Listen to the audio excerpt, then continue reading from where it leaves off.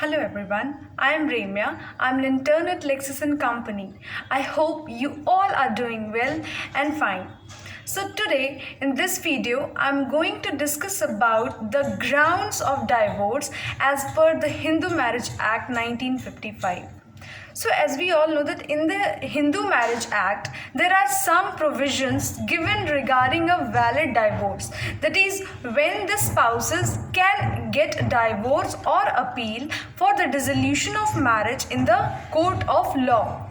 For the interest of the society, the marriage or the marital relationship needs to be surrounded by every safeguard for the cause specified by the law. Divorce is permitted only for a grave reasons, otherwise given other alternative. The Hindu Marriage Act is based on the fault theory in which any one of the aggrieved spouses can approach the court of law and seek the remedy of divorce. Section 13 clause 2 provides the grounds on which only the wife can approach the court of law and seek the remedy of divorce. So now we will discuss about the grounds of divorce as per the Hindu Marriage Act. So the first one is adultery. The concept of adultery may not be considered as an offense in many countries, but as per the Hindu Marriage Act, in the matrimonial offense, the adultery is considered as one of the most important ground for seeking divorce. Adultery means the consensual and voluntary intercourse between a married person with another person, married or unmarried, of the opposite sex. Even the intercourse between the husband and his second wife, that is, if their marriage is considered under bigamy, the person is liable for the adultery. The concept of adultery was inserted under the Hindu Marriage Act by the Marriage Laws Amendment Act 1976. So in Swapna Ghosh versus Sadanand Ghosh, the wife found her husband with other girl lying on the same bed, and the neighbor also confirmed that the husband has committed an offense. Here the wife gets the divorce. Now the essentials of adultery are, the first one is that the one of the spouses involved in the intercourse with another person, married or unmarried, of the opposite sex. Now the second point for adultery is that intercourse should be voluntary and consensual.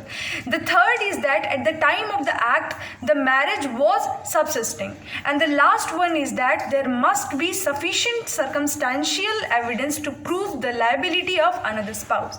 Now we'll talk about cruelty.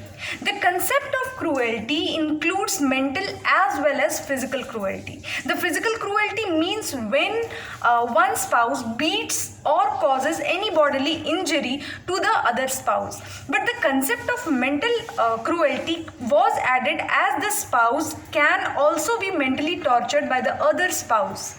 So mental cruelty is lack of kindness which adversely affect the health of the person. Well, it is easy to determine the nature of physical cruelty but difficult to say about the mental cruelty.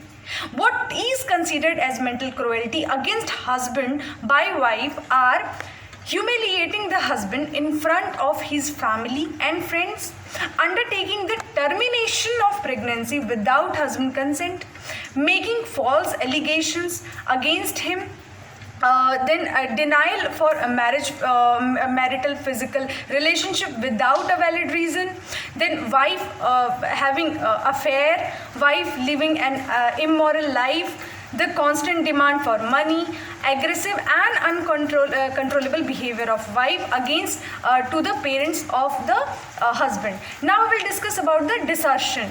Desertion means the permanent abandonment of one spouse by the other spouse without any reasonable justification and without his consent. In general, the rejection of the obligation of the marriage by one party.